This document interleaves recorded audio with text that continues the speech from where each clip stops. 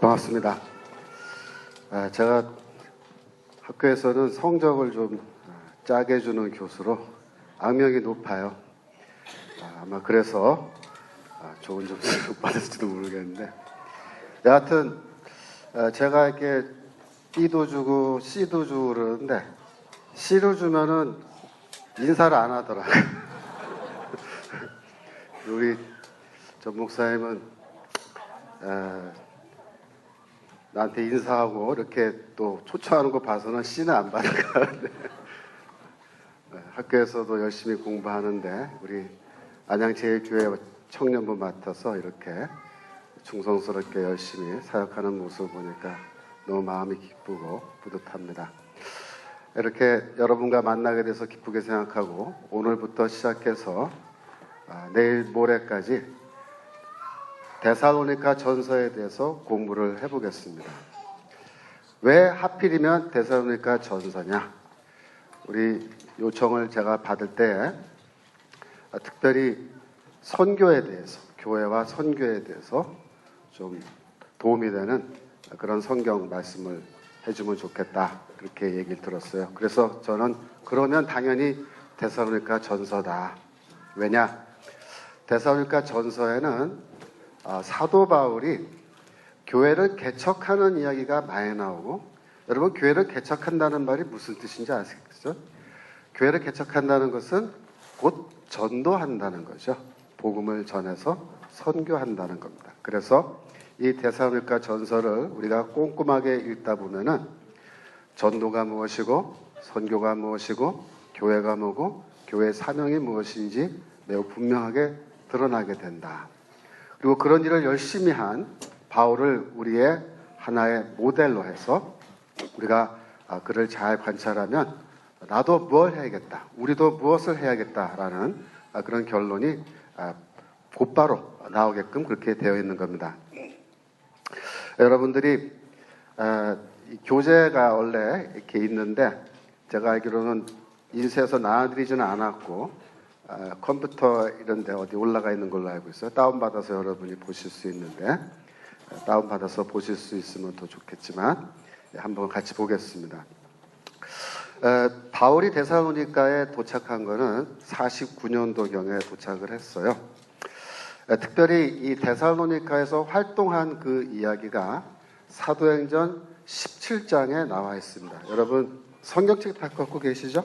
네, 그러면 사도행전 17장을 빨리 찾으셔야 돼요. 이제부터는 이거 시간을 아끼기 위해서 빨리빨리 찾으셔야 됩니다. 사도행전 17장으로 갑니다. 17장에 보시면 제가 읽겠습니다. 그들이 암비볼리와 아볼로니아로 다녀가 데살로니가에 이르니 거기 유대인의 회당이 있는지라. 바울이 자기의 관례대로 그들에게로 들어가서 새 안식일에 성경을 가지고 강론하며 뜻을 풀어 그리스도가 해를 받고 죽은 자 가운데서 다시 살아나야 할 것을 증언하고 이르되 내가 너에게 전하는 이 예수가 곧 그리스도라 하니 그 중에 어떤 사람 곧 경건한 헬라인의 큰 무리와 적지 않은 기부인도 권한을 받고 바울과 실라를 따르나 그러나 유대인들은 시기하여 저자의 어떤 불량한 사람들을 데리고 때를 지어 성을 소동하게 하여 야손의 집에 침입하여 그들을 백성에게 끌어내려고 찾았으나 발견하지 못하매 야손과 몇 형제들을 끌고 읍장들 앞에 가서 소리질러 이르되 천하를 어지럽게 하던 이 사람들이 여기도 이르매 야손이 그들을 맞아들였도다. 이 사람들이 다 가이사의 명을 거역하여 말하되 다른 임금 곧 예수라 하는 이가 있다 하더이다 하니 무리와 읍장들이 이 말을 듣고 소동하여 야손과 그 나머지 사람들에게 보삭금을 받고 풀어주니라. 이렇게 매우 간단하게 데살로니가에서 바울이 사역한 얘기가 기록되어 있습니다. 이 이야기를 보시면 우리가 무엇을 알 수 있냐 하면 바울은 지금 도착해서 한편으로 열심히 전도하고 교회를 세우려고 애를 쓰고 있는데 어느 정도 성공을 거두었어요. 그런데 아직 교회가 다 개척돼서 완전히 사역이 다 완수된 게 아닌데 중간에 이 유대인들이 바울을 시기해서 시장에 아주 불량배 같은 사람들을 선동을 해가지고 그 사람들이 바울 교회를 습격하는 바람에 그리고 사람들을 끌어다가 이 시청의 관료들에게 고발을 하는 거예요. 뭐라고 고발했냐면 이 사람들의 주장이, 즉 바울의 주장이 황제가 뻔히 있는데도 황제 이외에 또 다른 임금 예수라는 사람을 주장한다. 그래서 반란을 꾀하는 무리로 그렇게 고발을 했습니다. 다행히 그 자리에 바울은 없었기 때문에 잡혀가지 않았지만, 안타깝게도 바울은 그 사건 이후에 곧바로 데살로니가를 밤에 탈출해서 데살로니가 교회를 세우는 것을 포기하고 탈출해서 그 다음에 아테네로 갔다가 그 다음에 고린도에 가서 고린도 교회를 개척하기 시작하는 거예요. 그러니까 우리가 뭘 할 수 있냐면, 바울이 자기가 마음먹은 대로 장기간 데살로니가에 머물지 못했다라는 걸 알 수 있죠. 중간에 갑자기 사건이 터지는 바람에 교회 개척을 중단하고 떠나간 겁니다. 그렇다면은 도대체 바울이 데살로니가에서 얼마나 오래 머물러 있었을까요? 자세한 얘기는 제가 나눠드린 노트를 한번 읽어보시면 되는데, 결론만 말씀드리면 학자들이 열심히 연구를 해보니까 바울이 데살로니가에서 머문 기간은 길어야 6개월 정도라고 그렇게 보는 겁니다. 길어야 6개월입니다. 여러분, 보통 바울은 한 도시에 도착해서 거기서 교회를 다 세우고 정상적인 경우라면 얼마나 오래 머물다가 그 다음 도시로 옮겨갔을까요? 우리가 사도행전에 나오는 그런 기록을 볼 것 같으면 대체로 바울은 적어도 한 1년 반 정도, 고린도에서 1년 반 머물렀다는 기록이 있어요. 그래서 한 1년 반 정도 머무르는 것이 정상적인 경우라고 보는데, 이 데살로니가에서는 전체 기간에 한 3분의 1밖에 못 머물렀어요. 한 6개월밖에 못 있었다는 겁니다. 그러니까 바울이 여기 지금 딱 도착해서 이 데살로니가 도시 안에는 예수 믿는 사람이 한 사람도 없는 거죠. 그렇죠? 그런데 이제 한 사람 한 사람 복음을 전해서 이 사람들이 예수를 믿고 교회에 나오기 시작한 거예요. 자, 그러면 바울이 그 교회를 떠나게 되었을 때 그 교회에서 제일 오래 믿은 사람이 얼마나 오래 믿은 거예요? 6개월, 그죠? 6개월밖에 안 믿은 거예요. 그러니까 제일 많이 믿은 사람이 6개월 믿은 사람이 있는 거죠. 그 교회는 한마디로 말하면 전부 다 초신자들로만 구성되어 있는 교회입니다. 맞아요? 그 교회 20년, 30년 신앙생활 하는 사람 있어요? 없습니다. 제일 오래 믿은 사람이 6개월인데, 놀라운 것은 뭐냐면, 여러분 데살로니가 전서 다시 들어갑니다. 3장. 데살로니가 전서 3장 5절로부터 읽습니다. 3장 5절. 이러므로 나도 참도 못하여 너희 믿음을 알기 위하여 그를 보내었노니, 여기서 그는 누구냐면 디모데예요. 어디서 보냈냐면 바울이 아테네에 있을 때 보낸 겁니다. 왜 보냈을까요? 자기는 떠났는데, 도망 나왔는데, 탈출했는데 그 교회에 어떤 일이 벌어지는지 너무 걱정이 되는 거예요. 그래서 걱정하다 못해서 디모데야, 네가 가서 교회 상황을 한번 알아보고 와라. 그렇게 보냈다는 거죠. 그랬더니 보내었더니 이는 혹 시험하는 자가 너희를 시험하여 우리 수고를 헛되게 할까 함이니, 만약 그 사람들이 바울이 떠난 거 보고 믿음을 다 버리면 모든 수고가 헛되게 되겠죠. 그런데 디모데가 돌아왔어요. 지금은 디모데가 너에게로부터 와서 너희 믿음과 사랑의 기쁜 소식을 우리에게 전하고, 또 너희가 항상 우리를 잘 생각하여 우리가 너희를 간절히 보고자 한것 같이 너희도 우리를 간절히 보고자 한다 하니. 자, 여러분 생각해 보세요. 여러분들이 데살로니가 교인들이에요. 성도님들이에요. 자, 제일 오래 믿은 사람이 6개월 믿었습니다. 우리 전희철 목사님이 이제 교회 세워서 막 이렇게 하는데 어느 날 무슨 사건이 뻥 터지니까 사라지고 없어. 사라지고 없어. 그런데 더 기가 막힌 건 그 다음 날부터 교회가 핍박을 받기 시작하는 거예요. 핍박을. 그러면 어떤 생각이 들어요? 이런 생각 들겠죠. 이거 뭐야. 이거 뭐야. 담임 목사는 가버리고 없고 우리만 핍박을 받네. 예? 이런 억울한 일이 어딨어. 나 이런 거 나 믿어야 돼? 그러면서 나 이거 안 믿어. 그러면 이제 교회를 떠나면 핍박 안 받는 거죠.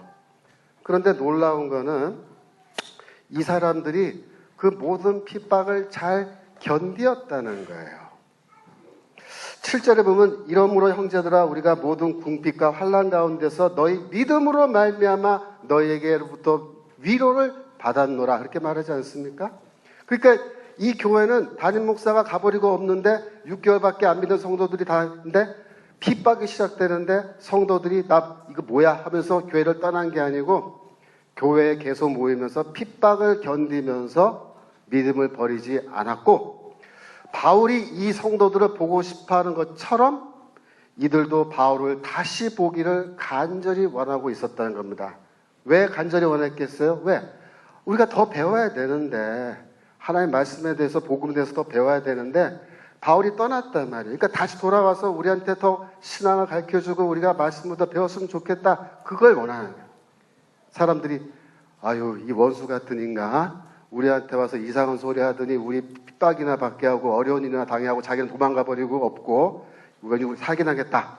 꼴도 보기 싫다. 막 이러면서 바울을 미워하는 게 아니라 보고 싶어 했다.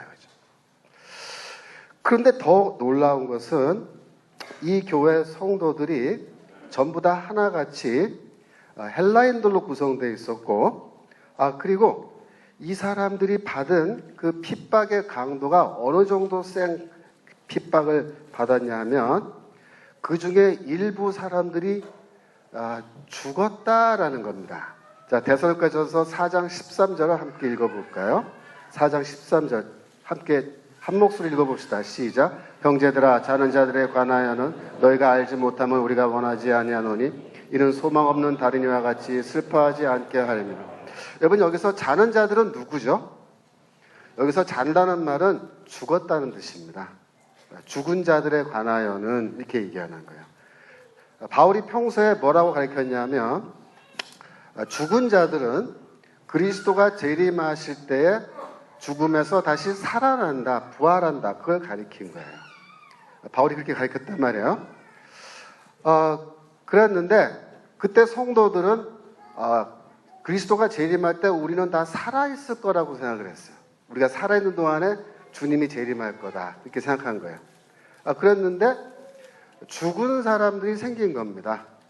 그래서 바울한테 지금 물은 거예요. 디모데가 교회에 들렀다가 다시 바울에게 갔을 때 디모데 편에 질문을 보내는 거예요. 우리 가운데 죽은 자들이 있는데 이 사람들은 그러면 종말에 어떻게 되냐 말이에요.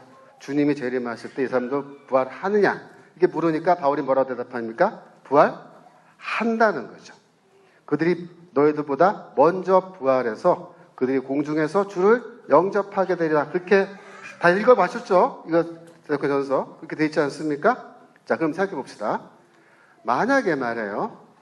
이 사람들이 죽은 그 시점이 바울과 함께 교회에 있는 동안에 죽었다면, 그죠? 그때는 이렇게 바울한테 멀리 디모데를 통해서 혹은 편지로 질문했겠어요? 그렇게 할 필요 없죠. 바로 질문하고 바로 대답 듣고 끝나는 거예요. 그러니까 근데 기록될 필요가 없는 거예요. 이 말은 뭐냐면 이 사람들이 죽은 시점이 바울이 그 교회를 떠난 뒤에 죽었다는 겁니다. 맞습니까? 그렇죠.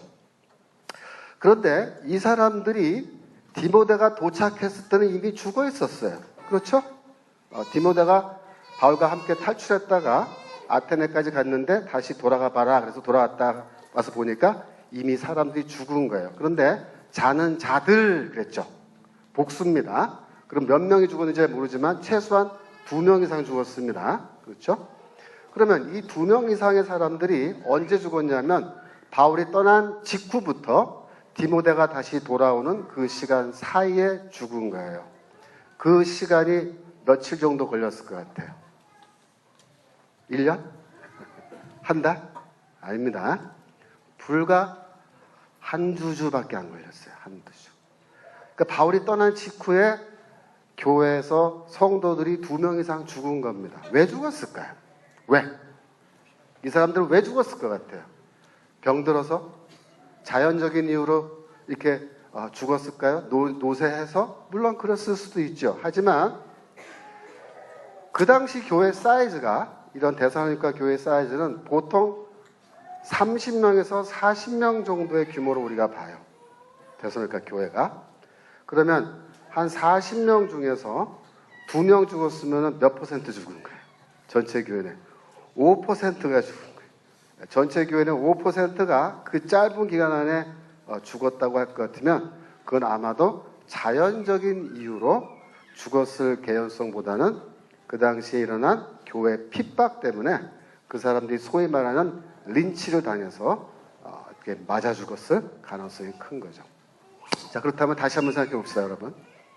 이 교회는 세워진 지 6개월밖에 안 됐고 그 교회에서 제일 오래 믿은 사람은 6개월 믿었는데 담임 목사는 탈출하고 없어요. 그리고 이 사람들만 남았는데 핍박이 시작됐는데 그 핍박은 어느 정도 센 핍박이었냐면 그들 가운데 2명 이상이 맞아서 생명을 잃는 그런 핍박을 당했다 이겁니다. 그랬을 때 나머지 사람들이 어떻게 했냐면 무서워서 겁을 먹고 나 이제부터 예수 안 믿어. 나 교회 이제 안 나올 거야 하고 믿음을 버리고 교회를 떠난 것이 아니고 그들이 끝까지 교회에 남아서 믿음을 지키면서 모이기를 패하지 아니하였다 이겁니다. 자, 그럼 생각해 봅시다. 여러분 생각에 여러분이 어느 도시에 가는 거예요. 데살로니가 같은 도시, 어디 도시에 가는 거예요. 거기 가서 아는 사람 한 명도 없어요. 다 생면부지의 초면인데 거기 딱 도착해서 6개월 안에 여러분이 교회를 세우는 거예요. 전도해서 교회를 세우는 거예요. 근데 6개월 동안에 전도해서 어떤 교회를 세워야 되냐면 어떤 교회를 세우냐면 핍박을 이기는 교회를 세워야 돼. 근데 그 핍박이 어느 정도 센 핍박이냐면 죽는 사람이 생길 수도 있어요. 자, 이 가운데 나는 6개월 안에 가서 그런 교회 세울 수 있겠다. 자신 있는 사람. 자, 제가 이 질문을 여러 목사님들 모시고 해봤어요. 목사님들, 그 중에는 목회 오래 하신, 또 그 중에는 목사님들 중에 자기는 평생 교회 개척만 지금까지 몇 개 개척했다. 이렇게 개척 전문가 목사님도 앉아 계시는데 제가 이 얘기를 하고 똑같은 질문을 했어요. 여러분 목사님들 가운데 6개월 안에 이런 교회, 핍박을 이기는 성도 만들어낼 자신 있는 핍박을 이기는 교회 6개월 안에 나 만들 수 있다. 손 들어보십시오. 그랬더니 어떻게 됐을까요? 손 드는 분이 한 분도 없어요. 한 분도. 무슨 말이냐면 다들 뭐라 하냐면 교수님 그거는 불가능한 겁니다. 우리는 그거 불가능하다 이거예요.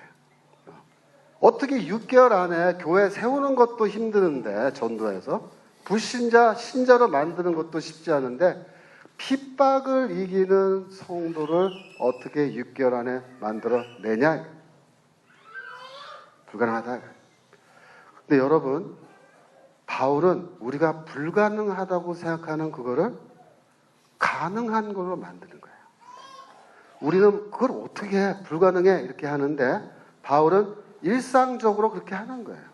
바울은 비단이 데살로니가라는 도시뿐만 아니고 어느 도시에 그가 가건 그가 도착해서 6개월만 지나면 어떤 교회를 만들어 놓냐면 핍박을 이기는 교회를 이미 세워놓는 거예요. 거기서 한 1년 6개월 사역해서 충분히 다 복음을 가르쳐 놓으면은 핍박을 이기는 정도가 아니고, 그죠? 순교를 각오하고 복음을 전하는 그런 성도들을 그는 만들어 내더라 이거예요. 대체 바울은 무엇을 가르쳤길래?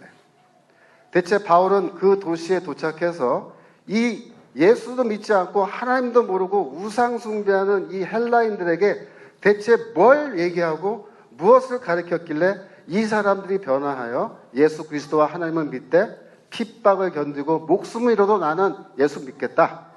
난 교회 안 떠난다. 나는 믿음을 지킨다.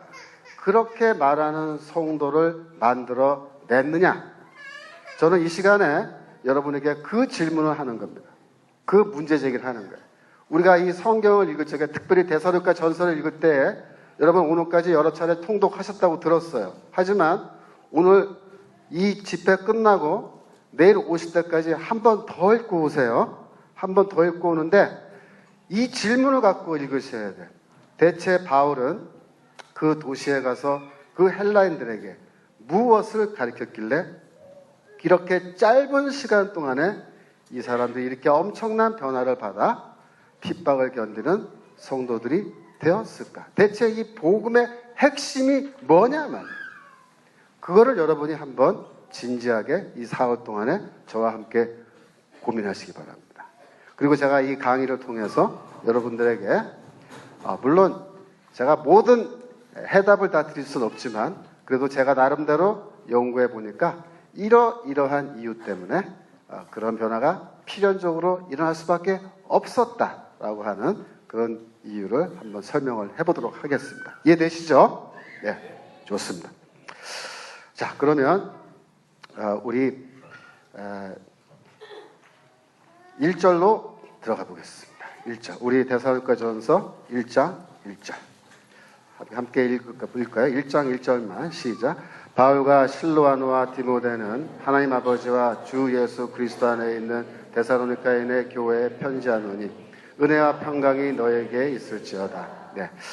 이제 처음 편지 앞에서 본인의 발송하는 사람의 이름을 말하고 그다음에 수신자들의 그 이름을 말하고 그다음에 인사말하고 이렇게 이제 시작하는데 이 편지를 보내는 사람은 사실은 세 사람이죠. 누구와 누구? 바울과 실로아노와 디모데입니다. 이 세 사람이 하나의 팀이 되는 거야. 팀. 그러니까 이분들이 복음을 전할 때 세 명이 한 팀이 돼서 복음을 전하고 세 명이 한 팀이 돼서 교회를 세우는 겁니다.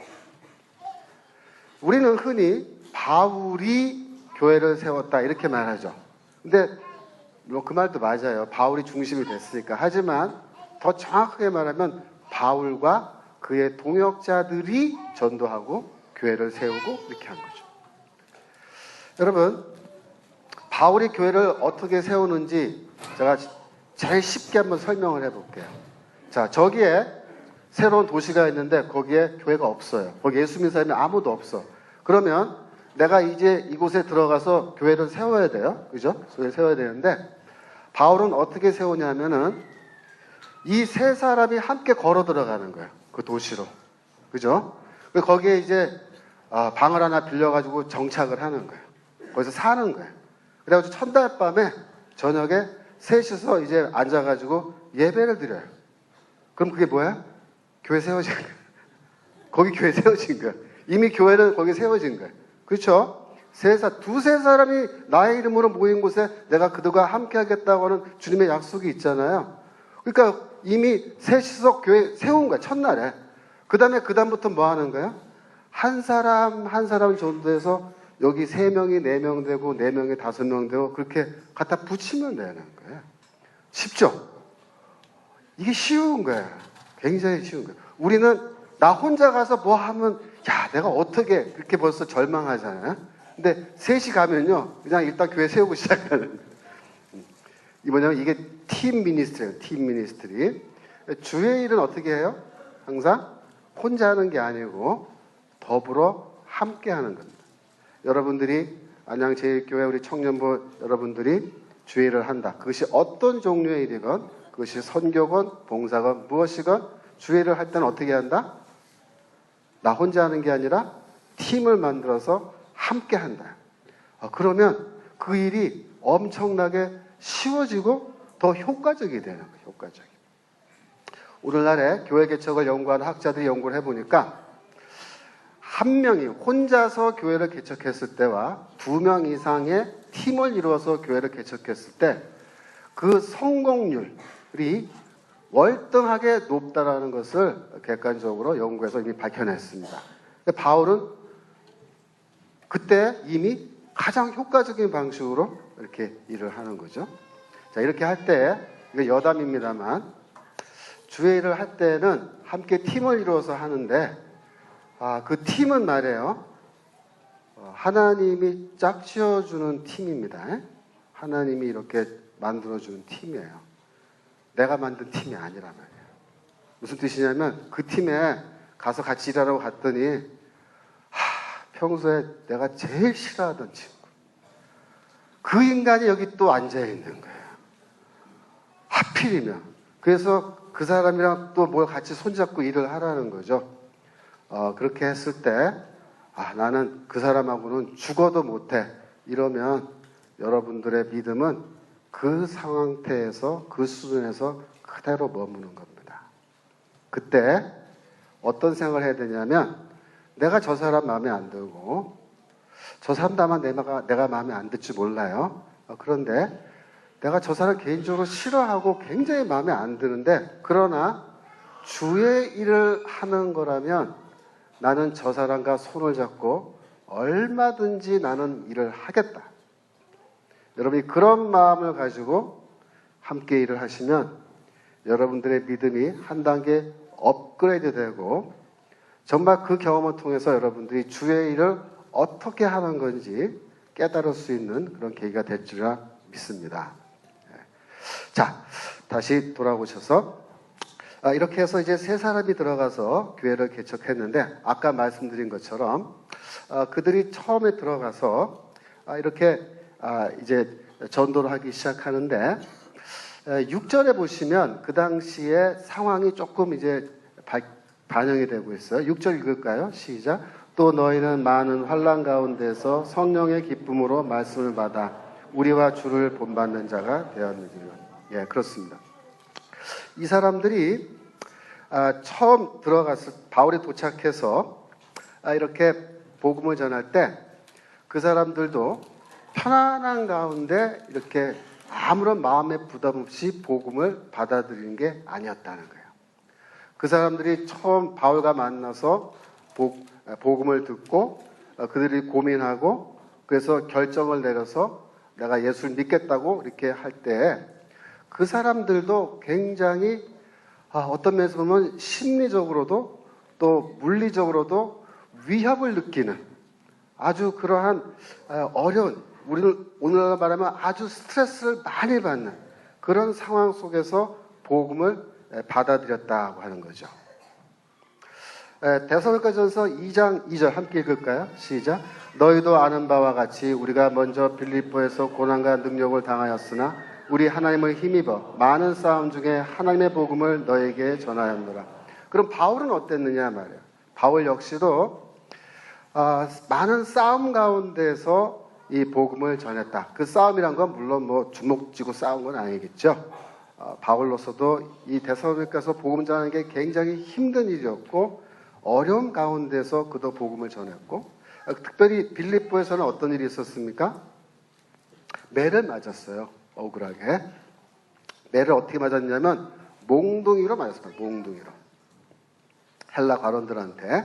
그래서 사도행전 보면은 바울이 억울하게 몽둥이로 매를 많이 맞고 그 다음날 시민권, 로마 시민권 딱 보여주면서 야 시민권 있는 사람 너희들 재판받으니까 사람 때렸냐? 이거 불법 아니냐? 나 이제 고발해야겠다. 그러니까 사람들이 놀래가지고 바울을 풀어주면서 제발 우리 도시에서 떠나달라고 이제 빌었다 그랬잖아요. 여러분 그때 바울의 그 몰골을 한번 상상해 보세요.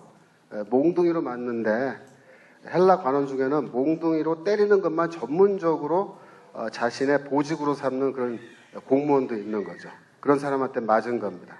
몽둥이로. 그러면 어떻게 됐겠어요? 뭐 멍들고 어디 깨지고 이런 거 뭐 다 있었을 거 아니에요? 그런데 데살로니가에서 빌립보 그 거리가요. 일주일이면 걸어오는 거리입니다. 한 120km 정도, 30km. 그러면 일주일이면 맨발로 걸어서도 도착하잖아요. 그러면 일주일에 도착했는데 그때 이 상처날이 그다 나았겠어요? 그렇지 않죠. 여전히 매 맞은 몰골 그대로인데 거기서도 또 많은 싸움 중에 우리 하나님을 힘입어 복음을 전했다 그랬습니다. 하나님을 힘입어. 무슨 뜻입니까? 정말 인간적으로는 몸도 아프고 피곤하기도 하고 심리적으로도 위축되는 상황이지만 그러나 하나님께서 바울에게 또 그의 동역자들에게 능력을 주셔서 그래서 바울이 그 능력을 받아 복음을 전했다는 거죠. 그랬더니 어떤 역사가 일어났느냐? 자, 9절 읽겠습니다. 시작.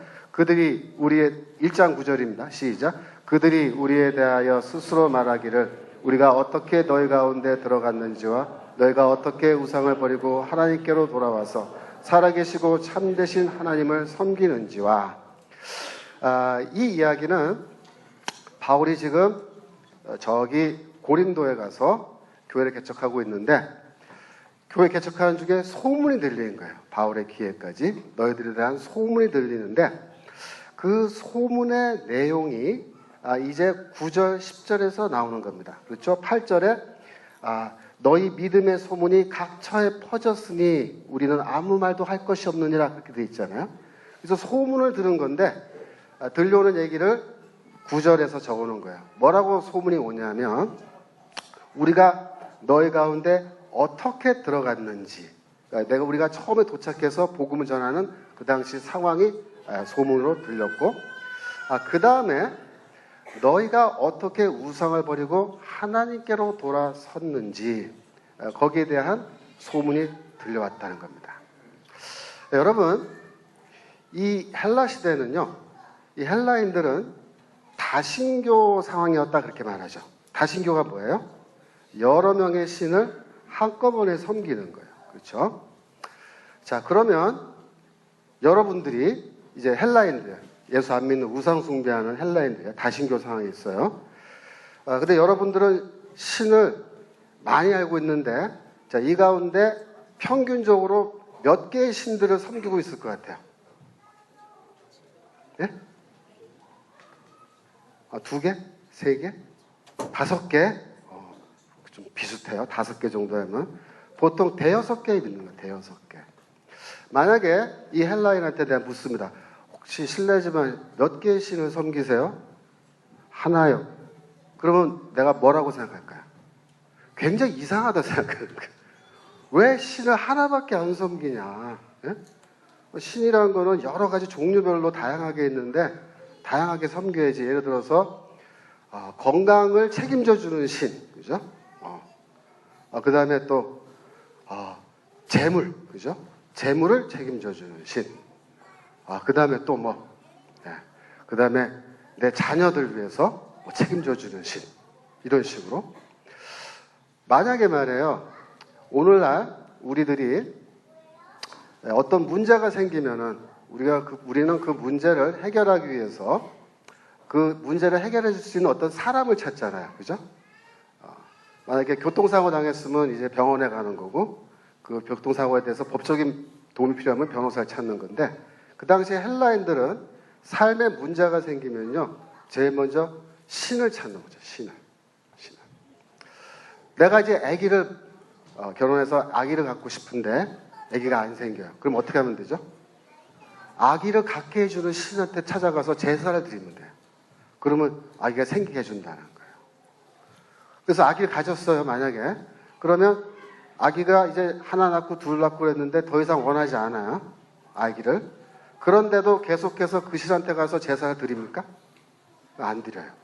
그 말은 무슨 뜻이냐면 헬라인들이 신을 섬길 때는 자기가 선택해서 섬기는데 선택의 기준이 뭐냐예요. 어떤 신을 섬기고 어떤 신은 안 섬기느냐. 나의 필요를 만족시켜주는 신을 내가 골라서 그 신을 섬기는 거예요. 그런데 그 필요가 다 채워지고 나면은 그 신을 계속 섬기지 않는다는 거예요. 그러니까 헬라 시대 때 이 헬라인들이 신을 대하는 태도는요, 상당히 이거는 상거래와 비슷합니다. 저 신이 나한테 뭘 해줄 수 있다 이거예요.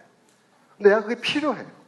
그러면 가서 돈을 들여서 재물을 사서 제사 드리는 거예요. 그러면 그 신은 나한테 그거 해줘야 돼 있어요. 해줘야 돼. 그죠? 그것이 더 이상 필요 없으면은 그냥 이제 모른 척해도 괜찮아요. 여러분, 이러한 헬라인들이 신을 사랑할까요? 우리 복음은 하나님을 사랑하라 이렇게 가르칩니다. 신을 사랑하라. 그죠?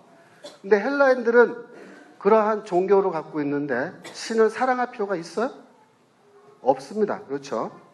자, 이제 여러분들이 그런 헬라인이에요. 근데 제가 이제 바울입니다. 제가 여러분한테 처음 뵙는 거예요. 안녕하세요, 여러분. 저 바울이라고 합니다. 이렇게 인사를 하고 만나서 반갑습니다. 제가 오늘 이 자리에 선 이유는 여러분이 알지 못하는 새로운 신을 소개해 드리려고 하는 거예요. 이 신은 뭘 해줄 수 있냐 하면 여러분들에게 영원한 생명을 주실 수 있어요. 영생. 원하십니까? 자, 이렇게 한 거예요. 자, 그러면 이 헬라인들이 생각을 해보는 거예요. 가만있어 봐. 이 신이 내가 모르는 신인데 새로운 신인 거예요. 새로운 종교가 들어왔는데 이 신은 나한테 영생을 해줄 수 있대요. 그러면 첫 번째로 가만있어 봐. 나한테 영생을 주는 신이 있나? 없어요.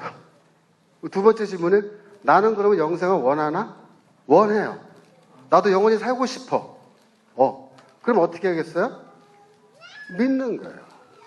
자, 그러면 어떻게 되냐면 이분이 지금 아까 5개의 종교를 갖고 있다고 그랬잖아요. 그런데 이제 예수를 믿으세요, 이분이. 그럼 예수는 몇 번째 신이 되는 거예요? 6번째 신이 되는 거예요. 6번째 신. 여러분, 헬라인들에게 복음을 전해서 예수와 하나님을 믿게 한다. 이게 이런 식으로 하면요 굉장히 쉬워집니다. 어떻게 하냐면 여러분들 지금 뭐 5개 신, 6개, 뭐 7개 다 좋아요. 거기에 플러스 알파로 하나 더 믿으세요. 이렇게 하면서 예수 믿고 구원받고 영생 얻고 천국 가십시오. 이렇게 전도할 것 같으면요 헬라인들한테 전도한 게 어때요? 너무 쉬운 거예요. 너무 쉬운 거예요. 헬라인들은 신을 어떻게 생각하냐면요. 내가 이제 헬라인인데 새로 도시에 이사를 왔어요. 이사. 내가 이 동네 새로 이사 왔는데 이사 온 그 다음날 내가 고민하는 거야. 내가 이 신도시에서 나는 어떤 신을 믿으면서 살아야 될까? 그러면 뭘 하면 되냐면 그 도시에 중앙도로 있습니다. 중앙도로를 한번 쭉 걸어가 보면 돼요. 이렇게. 그럼 양쪽에 신전들이 쫙 줄 서서 있어요. 그게 뭐냐면 메뉴판. 그래서 쫙 보면서 이건 뭐 해주는 신이고 저거 뭐 해주는 신인데 내가 원하는 거는 이거 저거 이거네. 그러면 나는 이 도시에서 요 5개씩을 섬기면 되는 거예요. 그죠? 여기에 이제 예수까지 믿어서 내가 영생을 얻겠다. 이렇게 할 것 같으면 너무 쉬운데 바울은 그렇게 예수를 전하지 않은 거예요. 바울은 복음을 전할 때 제일 먼저 무슨 얘기부터 했냐면 예수 믿으세요? 예수 믿고 구원받으세요? 그 얘기부터 하지 않았습니다.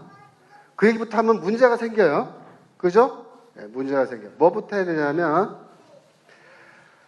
여러분들이 믿는 신은 가짜입니다. 그 얘기부터. 내가 여러분들에게 진짜 신을 알려드리겠습니다. 이 신은 어떤 신이냐면 진짜 신이에요. 여러분이 믿는 신은 뭐야? 가짜 신. 가짜 신. 이 신은 살아있는 신이에요. 근데 여러분이 믿는 신은 뭐야? 죽어있는 신이야. 죽어있는 신. 네. 다시 읽겠습니다. 9절. 너희가 어떻게 우상을 버리고 하나님께로 돌아와서 살아계시고 참되신 하나님을 섬기는지와 자, 살아계시고 그렇죠? 이 하나님은 살아계신 하나님이고 너희들이 믿는 그 신들은 생명이 없어요. 이 신은 참된 신이야. 진짜 신이라 이거야. 진짜. True God. 너희들이 믿는 신은 가짜 신. False gods. 그죠? 이 얘기부터 하는 겁니다. 즉 바울은 전도할 때 뭐부터 얘기했냐면 창조주 하나님에 대해서 먼저 이야기하기 시작한 겁니다. 그래서 그 사람들로 하여금 우상 숭배를 중단하고 하나님만, 창조주 하나님만 섬기는 그런 사람으로 바꾸어 놓은 거예요. 아시겠어요? 네.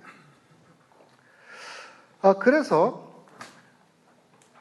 이 헬라인들이 이 종교를 선택하는 거는 선택할 때 어떤 식으로 하냐면 여러분 마켓 이마트 같은 데 가시면 제일 먼저 카트를 하나 딱 들잖아요. 아니면 장바구니 딱 들고 그 다음에 물건 사러 가시면서 복도에 양쪽으로 상품이 쫙 진열되어 있으면 내가 원하는 거 주워 담잖아요. 그죠? 나 이 신도 원하고 저 신도 원하고 나 이 종교 원하고 저 종교 원하고 자 주워 담다가 여기 이제 나 예수도 원해 이렇게 주워 담으려고 하는데 바울이 뭐라 하냐면 동작 그만. 그렇게는 안 된다. 당신이 예수를 믿고 하나님을 믿고 하여튼 내가 전하는 이 복음을 받아들이고 싶으면 제일 먼저 뭐부터 해야 된다? 이 장바구니에 들어있는 이 가짜 신들을 다 털어내야 된다. 다 털어내. 그죠? 그리고 복음을 선택해야 돼. 복음을. 그래서 복음을 선택해서 그 안에 넣을 수 있어요. 근데 그거 한번 넣고 나면 두 번 다시 다른 신을 또 집어서 거기 넣으면 돼, 안 돼? 안 돼. 이걸 뭐라고 가리키냐면 이거를 유일신관이라고. 유일신관. 하나님은 오직 한 분이시고, 그죠? 하나님은 오직 한 분이시고 진짜 살아있는 하나님은 오직 창조주 하나님 한 분밖에 없다라는 것을 바울이 제일 먼저 가르치는 겁니다. 이거를 가르치고 나서 그 사람들이 창조주 하나님을 받아들이면 그 다음에 예수에 대해서 말하기 시작하는 겁니다. 이해되세요? 그래서 여러분이 지금 갖고 있는 데살로니가전서 1장 9절에 보면 9절에서 너희가 어떻게 우상을 버리고 하나님께로 돌아와서 살아계시고 참되신 하나님을 섬기는지와 여기서는 일신론이 나타나죠. 창조주 하나님에 관한 가르침입니다. 10절에 가면 또 죽은 자들 가운데서 다시 살리신 그의 아들이 그래서 그 아들, 하나님의 아들인 예수 그리스도에 대해서 이제 10절에 소문의 두 번째 내용이 나오는데 이 순서가 바울이 복음을 전하는 순서와 정확하게 일치한다는 것을 여러분이 이해하셔야 됩니다. 자, 그러면 바울이 이 헬라인을 만나면 이 헬라인에게 당신이 지금 믿는 신들은 다 가짜요. 가짜야, 다. 그래서 이제부터는 참되신 하나님만 섬겨야 됩니다. 이렇게 했을 때 모든 헬라인들이 그 말 듣자마자 맞아. 그러면서 다 복음 받아들였을까요? 그게 쉬웠을 것 같아요? 절대로 쉽지 않다는 거예요. 왜 안 쉽냐 하면 헬라 시대에는요, 이 우상숭배가 개인의 삶의 모든 영역에 다 깊숙이 들어와 있어요. 예를 들어서 가정생활에 우상숭배가 어느 정도로 깊숙이 들어와 있냐면은 여자들이 말이에요. 그 당시 여자들이 결혼을 하잖아요. 그러면 그 당시 이제 남녀가 결혼할 때 결혼식 주례사 한 거죠. 주례사가 지금 남아있는 게 있어요. 고대 시대에. 플루타크라는 사람이 결혼식 주례를 섰는데 주례사를 한 게 글로 남아있어요. 그래서 제가 한번 이렇게 읽어보니까 거기 뭐라고 되어 있냐면 이렇게 되어 있어요. 신부를 향해서 권면하는 거야. 주례가. 자, 신부는 이제부터 결혼했으니까 남편의 친구들하고 가깝게 지내야 된다. 남편의 친구들. 근데 남편의 친구들 중에서 제일 중요한 첫 번째 친구가 누구냐? 남편이 섬기는 신이다.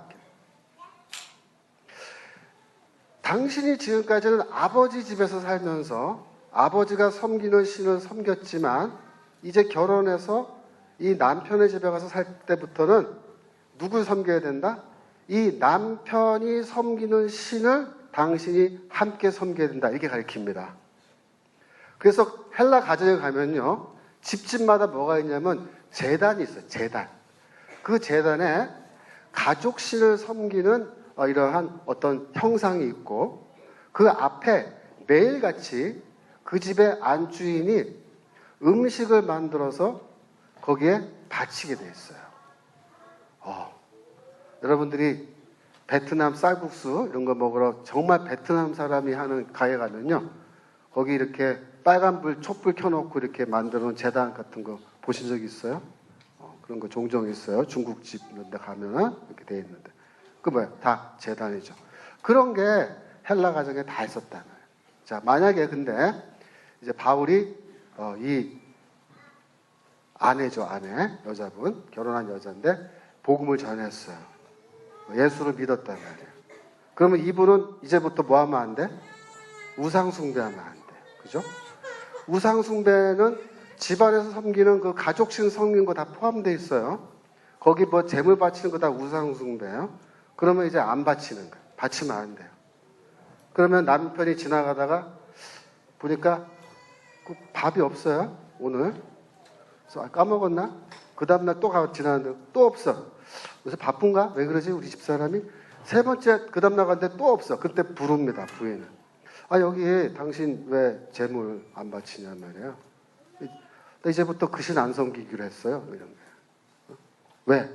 나 이제부터 창조주 하나님만 섬길 거야. 그럼 이 신은 뭔데? 나 가짜야, 가짜.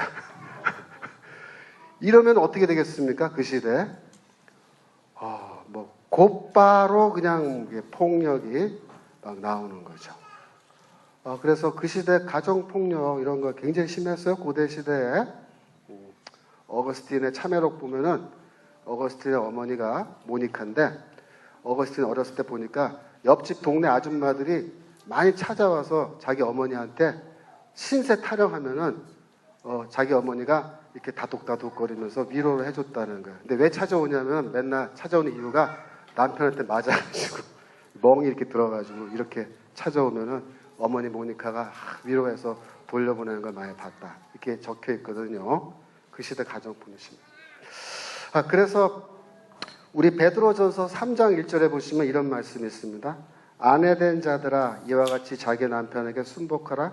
이는 혹 도를 순종치 않는 자라도 말로 말미암지 않고 그 아내의 행위로 말미암아 구원을 얻게 하려 함이니. 무슨 말이에요? 이 결혼했는데 남편은 안 믿는데 아내는 예수 믿는 거예요. 그러면 어떤 일이 일어나요? 이런 일이 일어나요. 우상숭배 안 한다. 그러면 어려움을 당한단 말이에요. 그래도 어떻게 하라? 견디란 말이에요. 베드로전서 2장 18절 보면 사환들아 범사에 두려워함으로 주인들에게 순종하되. 그죠? 사환들아가 누구예요? 사환이 노예들입니다. 노예들. 하필이면 노예가 예수를 믿은 거예요. 주인은 안 믿었는데. 노예는 집안에서 우상 숭배할 때 필수적으로 거기 참여하게끔 되어 있는데 이 노예가 참여 안 한단 말이야. 그러면 고난당하는 거예요. 그 19절에 부당하게 고난을 받아도 하나님을 생각함으로 슬픔을 참으면 이는 아름다우나 죄가 있어 매를 맞고 참으면 무슨 칭찬이 있으리요? 그러나 선을 행함으로 고난을 받고 참으면 이는 하나님 앞에 아름다우니라. 그래가지고 이렇게 노예들이 예수 믿는 노예들이 주인한테 매를 많이 맞은 거예요. 이런 일들이 생기는 거예요. 예수 믿으면 우상 숭배 안 하면 고난을 당하는 거예요. 사회생활에서도 마찬가지입니다. 직장별로 그 시대에는 영어로 말하면 클럽입니다. 클럽. 클럽이 많이 구성이 되어 있는데 이 클럽들은 보통 동종의 직업을 갖고 있는 사람들끼리 클럽을 만들어요. 그래서 이 사람들이 회장 뽑고 부회장 뽑고 총무 뽑고 회계 뽑고 이렇게 하고 규칙도 만들어요. 그리고 회비도 받아요. 그래가지고 한 달에 한 번씩 모임을 하는데 모임을 할 때마다 제일 먼저 뭐 하느냐? 예배부터 예배. 어떤 예배냐면 우상숭배. 그 클럽에서 특별히 섬기는 신이 있어요. 직업에 따라서 다 달라요, 신이. 그러면 미스터 김이 이제 그 클럽 멤버인데 예수 믿었단 말이에요. 그 우상 숭배하면 안 되죠. 그러면 거기 가면 돼요, 안 돼요? 안 돼요. 가면 예배 드린단 말이에요. 그러니까 빠지는 거예요. 이번 달 빠지고 다음 달 빠지고 그 다음 달 또 빠지면 이제 사람들 가운데서 야 미스터 김은 왜 안 와? 요새 뭐 무슨 일 있나? 그랬더니 또 새벽 그 친구에서 좀 이상하더라. 왜? 뭐 바울인가 뭔가 그런 사람 만나더니 그다음부터 뭐 자기는 이런 거다 가짜신이라고 이제 안 믿는데 그러면 어떤 일이 발생하냐면 클럽에서 제명되는 겁니다. 제명되면 어떻게 되냐면 그 도시에서 그 직업으로 경제 활동을 할 수 없게 되는 거예요. 여러분들이 사도행전 19장에 보면은 에베소에서 폭동이 일어나는데 어떤 사람들이 폭동이 일어나냐면 은장색이 뭐예요? 은으로 물건을 만들어 파는 사람들인데 신전 모형을 만들어서 파는 사람들입니다. 이 사람들이 폭동을 일으키는데 데메드리오라고 하는 사람이 폭동을 일으킨 걸로 되어 있는데 아마 그 폭동은 은장색 클럽에서 일으킨 걸로 보고 그 다음에 데메드리오는 그 클럽의 회장이 아니었는가 그렇게 추측을 하는 거예요. 그래서 이런 조직이 다 있는데 그래서 한 사람이 우상 숭배를 포기하는 건 결코 쉽지 않다. 또 세 번째로 국가적인 차원, 도시국가 차원에서도 마찬가지입니다. 여러분, 그 시대에는 로마 황제를 예배하는 게 있는데 로마 황제 숭배는 이거는 선택할 수 있는 게 아닙니다. 제가 아까 헬라 종교는 다신교고 다신교는 내가 섬기고 싶은 신 선택할 수 있다 그랬잖아요. 그게 기본이지만 소위 영어로 말해서 civic cult라 그래요. 그 도시에서 공식적으로 우리는 이 신을 섬기기로 결의하면 그 신을 예배하는 것은 모든 시민들의 의무입니다. 어떤 도시가 우리는 로마 황제를 예배하겠다, 그래서 황제 숭배를 하기로 결정을 내리면 그날부터 모든 시민들은 의무적으로 황제 숭배하는 날 거기 가서 황제께 예배하게 돼요. 근데 내가 예수를 믿어요. 내가 더구나 귀족이에요. 안 나가요. 그러면 처음에는 바빠서 못 나온다 보다, 두 번째는 아파서 못 나오다 이렇게 하다가 세 번, 네 번째 나가면 또 사람들이 얘기하셔요. 그 사람 왜 안 나오냐고요. 우리 도시의 귀족이고 지도자급인데 이 황제 숭배하는데 왜 안 나오냐고요. 그 사람이 뭐 바울 만나서 이제부터는 우상 숭배 이런 거 안 하기로 했다. 그럼 어떻게 되겠어요? 곧바로 그 사람에게 핍박이 들어가요. 그 핍박은 유형무형의 핍박. 어떤 때는 폭력적이고 어떤 때는 매우 정신적으로 견디기 힘든 그런 종류의 핍박이 들어가요. 절대로 그래서 헬라인 한 사람이 우상 숭배를 버리고 참되고 살아계신 하나님께로 돌아서는 게 결코 쉬운 게 아니에요. 그렇죠? 그럼에도 불구하고 바울은 이 사람들에게 복음을 전해서 그 사람들이 이 우상 숭배를 포기하게 한 거예요. 포기하게. 그리고 하나님을 섬기게 한 거예요. 여러분들도 마찬가지입니다. 여러분들도 예수를 안 믿는 사람에게 이제 복음을 전한다고 할 때 아예 처음부터 무신론자, 무종교 이런 사람이면은 아무 상관이 없지만 그 사람이 어떤 종교를 믿고 있다거나 혹은 종교가 없다 하더라도 모든 사람들에게는 다 뭐가 있냐면 이런 자기 나름대로의 세계관과 가치관이 있는 거예요. 그죠? 바울이 우상 숭배는 잘못됐다 이렇게 얘기할 때 바울은 어떤 일을 하는 거냐면 네가 지금까지 믿고 따라온 네가 갖고 있는 세계관, 네가 갖고 있는 인생관, 네가 갖고 있는 어떤 가치관 그런 게 잘못됐다라고 얘기한 겁니다. 헬라인들은 우리와 마찬가지로 나름대로의 세계관을 갖고 있는데 그 세계관은 무엇에 근거해 있냐면 헬라 종교에 근거해 있다. 그래서 이 사람들이 이 우상 숭배를 포기하게 되면 그걸로 끝나는 게 아니라 그들이 지금까지 알고 있던 모든 세계관과 가치관과 종교관, 그죠? 이런 게 와르르 무너지는 그런 일이 생기는 거예요. 그래서 그러한 우상 숭배가 무너지면서 세계관이 같이 무너질 때에 그 사람들이 지금까지 내가 살아온 게 뭐다? 잘못 살아왔다라는 걸 깨닫게 되는 거예요. 그러니까 바울이 복음을 전해서 우상 숭배를 비판할 때 결국은 이 사람으로 하여금 어떤 결론에 도달하게 하는 거냐면 내가 지금까지 잘못 살아왔다.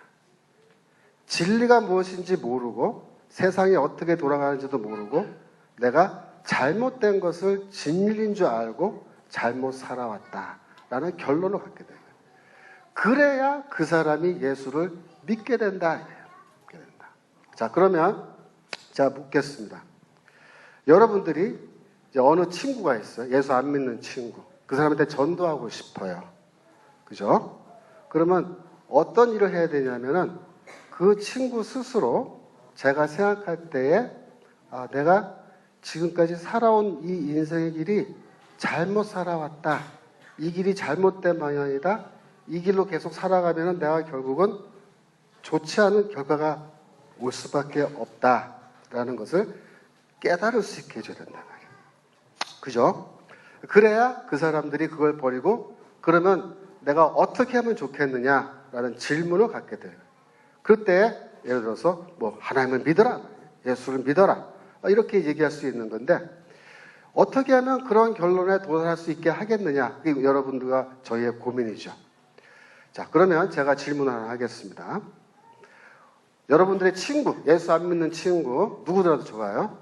한 사람 머릿속에 떠올리고, 자, 그 사람이 갖고 있는 인생관, 가치관, 세계관을 한마디로 요약해 보세요.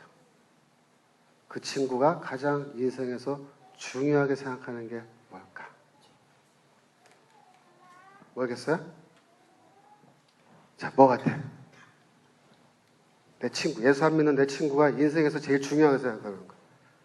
뭐예요? 한번 얘기해봐요. 돈! 맞아요? 맞아, 틀려? 맞죠? 네.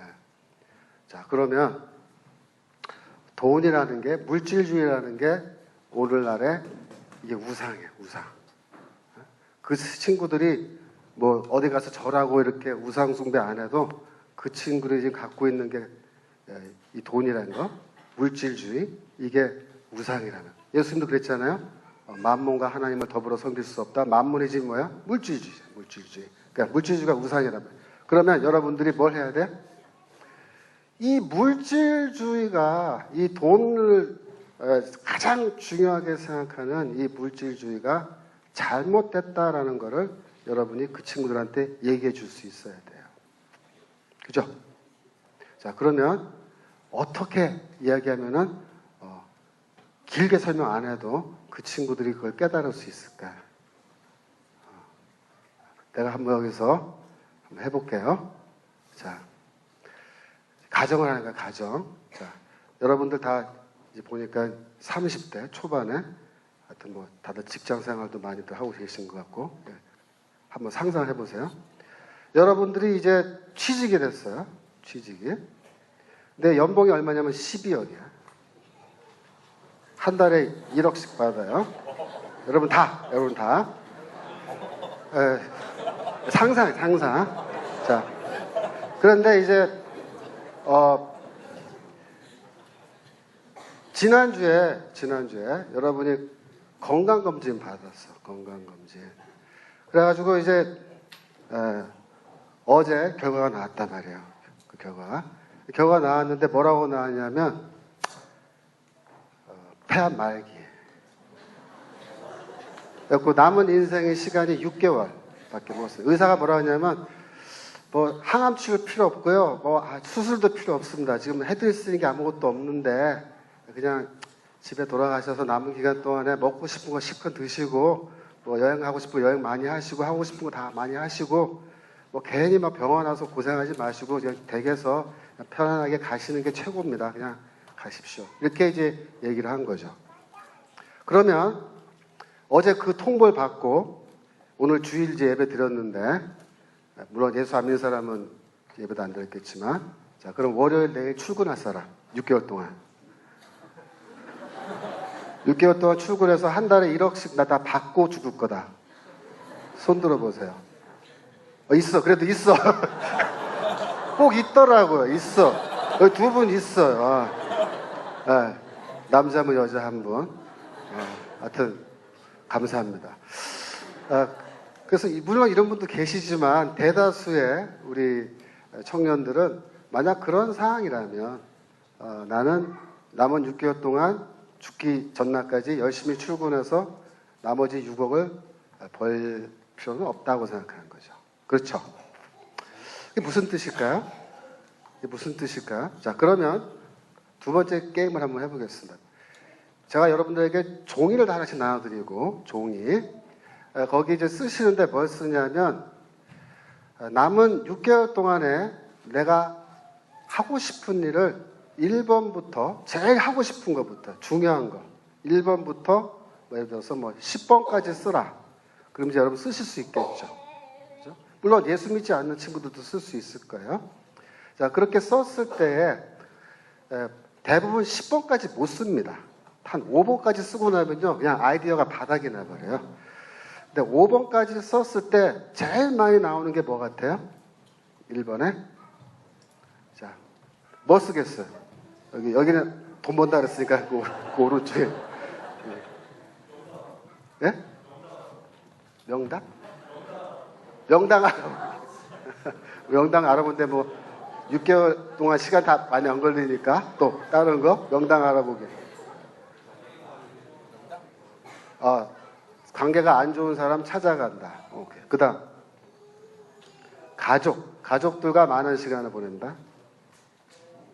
여행 가보고 싶은데 여행 시큰한다. 가족. 음식 먹고 싶은 거 다 먹고. 그렇죠. 뭐 그런 식이에요. 그죠? 네, 그렇게 뭐 많이 다르지 않아요. 인간이 다 거기서 거기에요. 그런데 거기에 돈은요. 랭킹 10위 안에 못 들어갑니다. 그렇죠? 그렇게 썼을 때 10위 안에 돈이 안 들어가요. 다. 누구나 다. 그런데 내가 아파서 사형 선고를 받기 전에는 내가 내 인생에서 뭐가 제일 중요한지 1번부터 뭐 10번까지 써라 그러면요. 제 1번에 뭐가 들어가겠어요? 여러분 같은 경우에 직업이야. 직업. 직장. 그죠? 승진. 그런 거. 그 다음에 뭐 결혼. 그죠? 또 뭐 이런 거죠. 그죠? 그런데 막상 내가 죽게 돼서 6개월밖에 안 남으면요. 남편과 아내도 사실은 그렇게 중요하지 않습니다. 어떻게 보면. 이게 무슨 뜻이냐면 보세요. 내가 안 죽는다고 생각했을 때에 내 삶에서 중요한 랭킹 리스트와 내가 막상 이제 죽게 되었다고 생각했을 때 내 인생에서 중요한 랭킹 리스트가 확 바뀌어요. 확 바뀌어요. 전혀 달라요.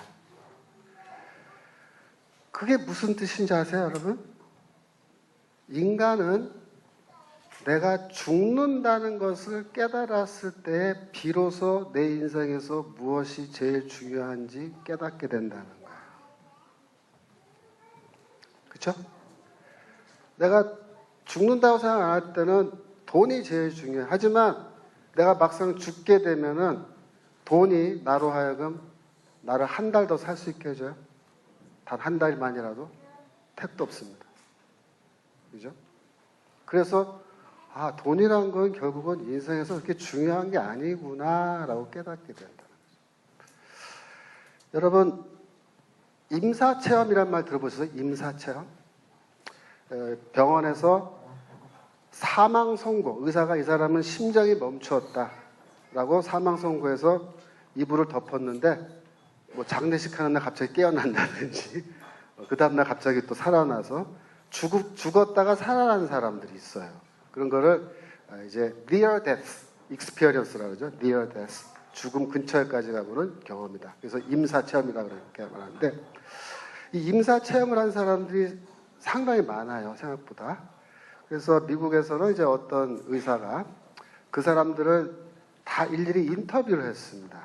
인터뷰를 해서 죽은 다음에 그 사람들이 어떤 걸 경험했는지 그걸 다 물어봤더니 비슷비슷한 공통점이 참 많아요. 뭐 예를 들어서 터널 같은 것을 통과했는데 그 터널을 통과하고 나니까 굉장히 밝은 빛이 보였다라든지 그죠? 뭐 그런 거 있어요.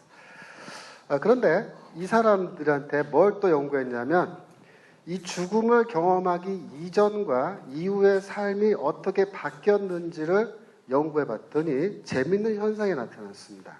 어떤 현상이 나타났냐면 이 사람들이 대체로 비슷한 경향을 보이기 시작한 거예요.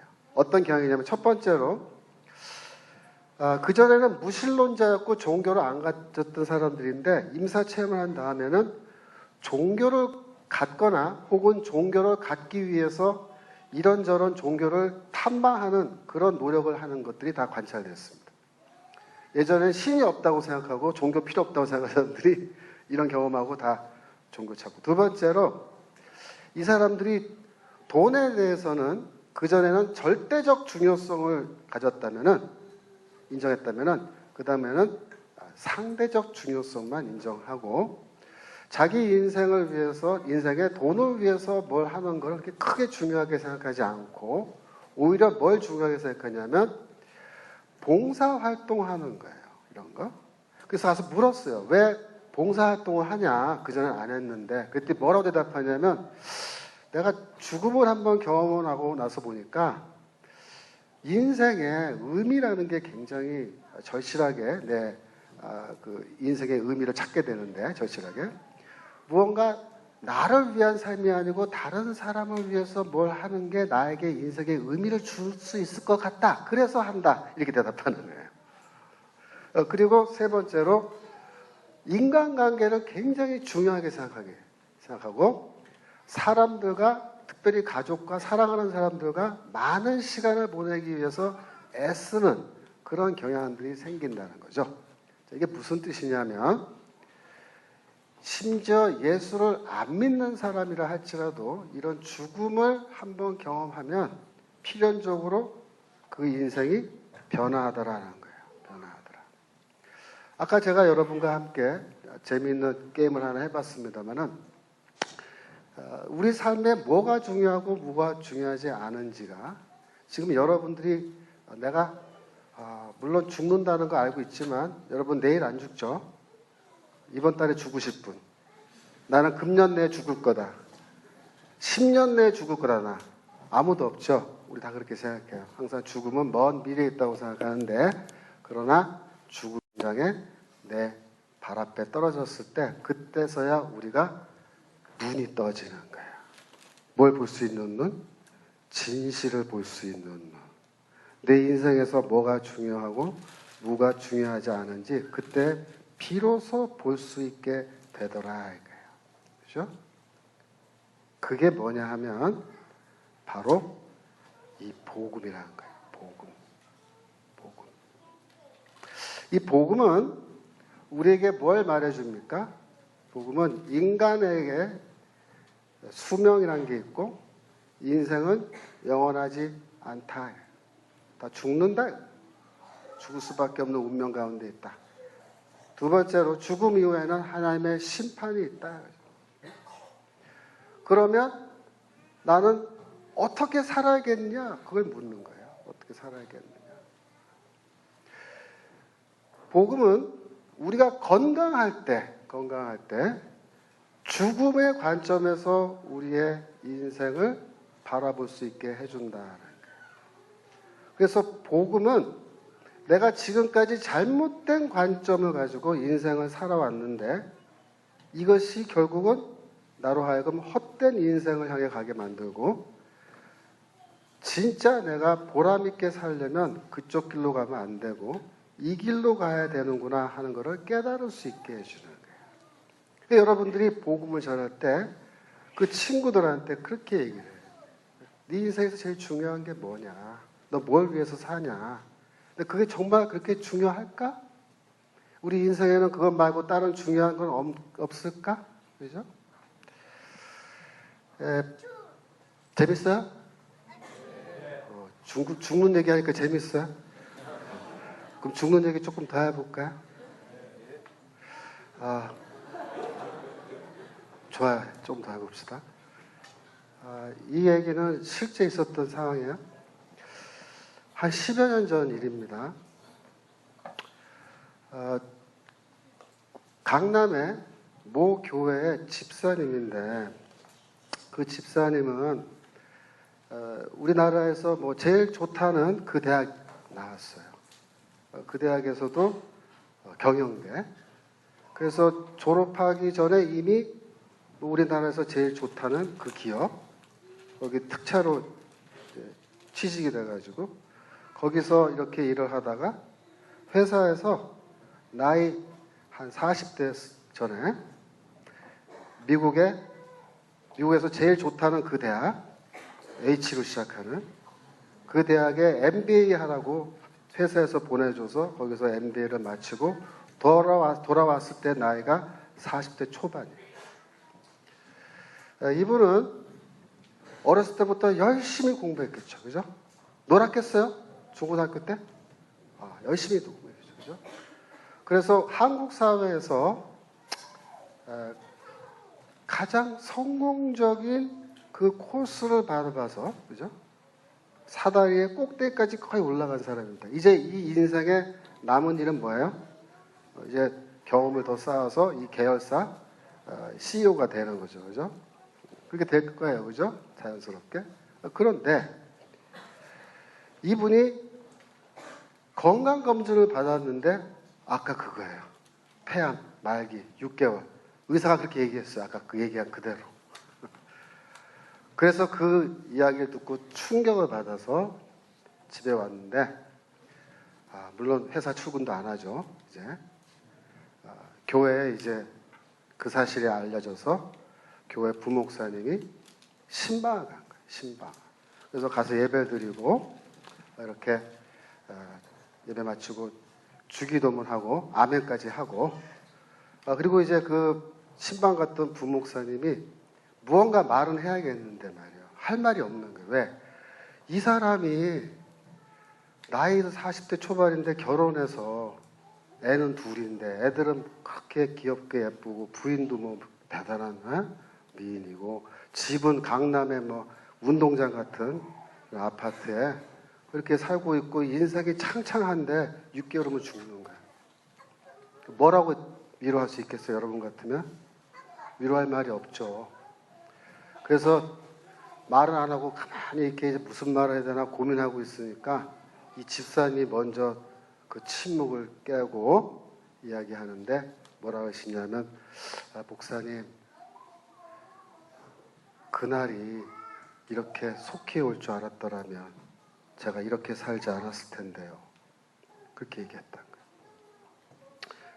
그날이 이렇게 속히 올 줄 알았더라면 제가 이렇게 살지 않았을 텐데요. 이렇게 살지 않았다. 어떻게 살았는데 그 사람? 놀았어요? 예? 뭐 그냥 음주 가무하면서 인생을 낭비했습니까 이 사람이? 아닙니다. 한국 사회에서 이렇게 살면은 가장 성공적인 인생이다 라고 말하는 교과서적인 삶을 살았잖아요. 그 사람보다 더 성공적인 삶 뭐 있을 수 있겠지만 얼마나 더 있겠어요. 그죠? 우리 한국 사회의 가치관, 그죠? 인생관, 특히 자녀 교육관, 그죠? 그 관점에서 봤을 때 100점짜리 인생이에요. 근데 딱 사형 선고 받고 나니까 하는 말이, 그날이 이렇게 속히 올 줄 알았더라면 이렇게 살지 않았을 텐데요. 잘못 살았단 거예요.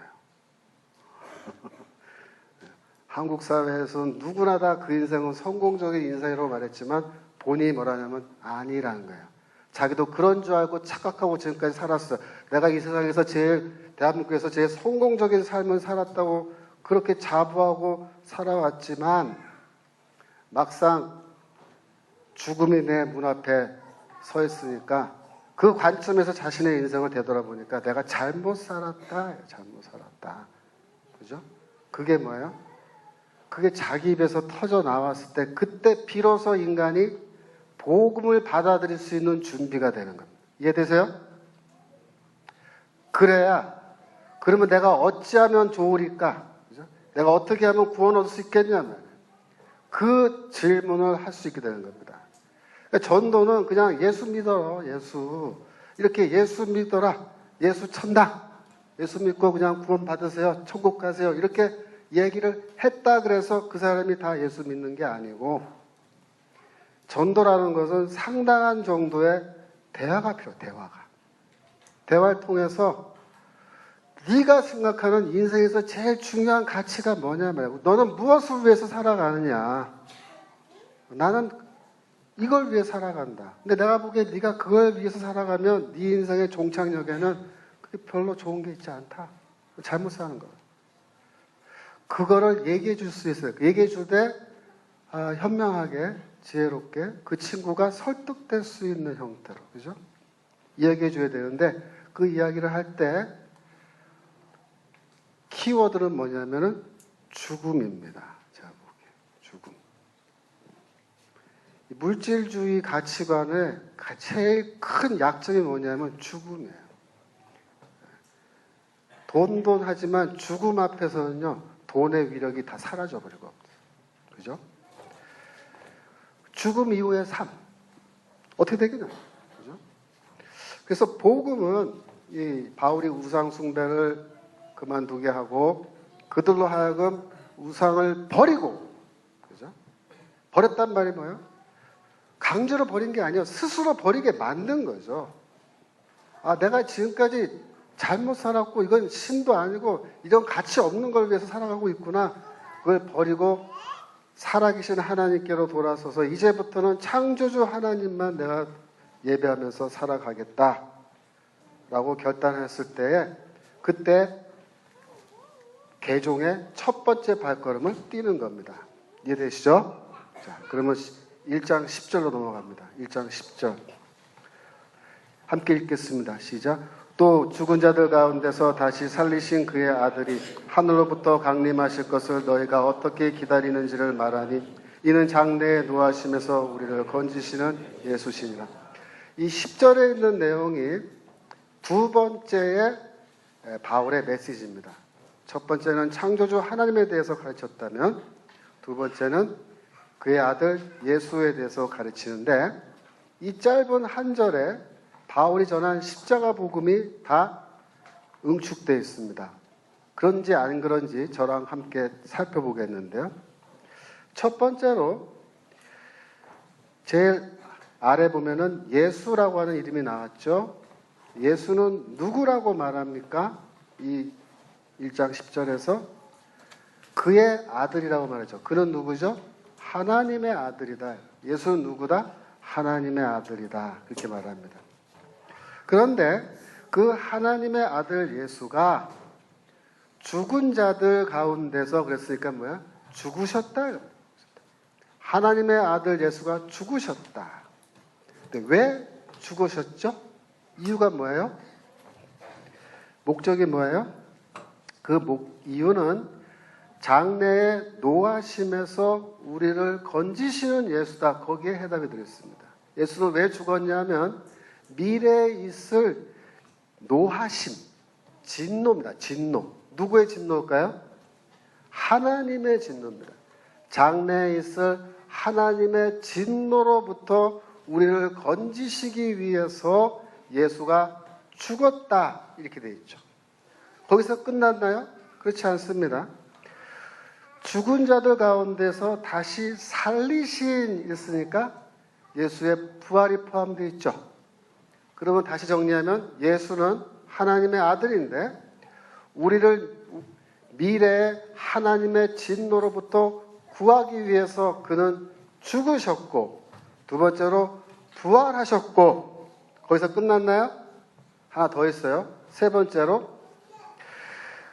그의 아들이 하늘로부터 강림하실 것을 너희가 어떻게 기다리는지 그때 있으니까 예수가 다시 세상에 재림하신다 하는 내용이 포함되어 있는 거죠.